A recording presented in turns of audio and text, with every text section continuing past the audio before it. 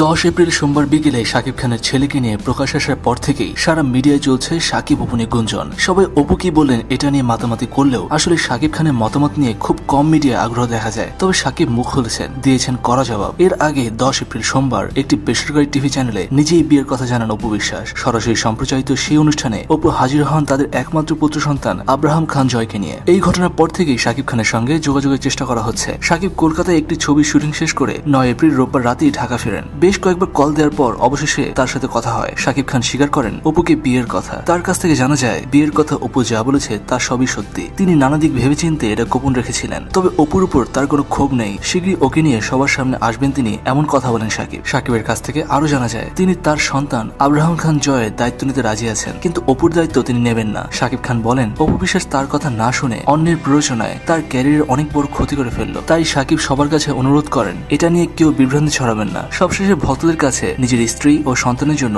দোয়া চান এই ঢালিউড কিং। দর্শক, অপু বিশ্বাস শাকিব খানকে নিয়ে অনেক অভিযোগ করলো বরাবরের মতনই ভদ্রভাবে বিষয়টি সামলানোর চেষ্টা করলেন কিং খান শাকিব খান। অথচ এই কেলেঙ্কারির কারণে তার হয়ে যেতে পারে অনেক বড় ক্ষতি। দর্শক, আপনার কাছে কাকে সঠিক মনে হয়, শাকিবকে না অপুকে? জানান নিচে কমেন্ট সেকশনে। আর শাকিব খান অপু বিশ্বাসের পুরো ঘটনাটি লাইভ কভার করছি আমরা। সেই সব খবরগুলো চটজলদি পেতে সাবস্ক্রাইব করুন খবর টিভিকে।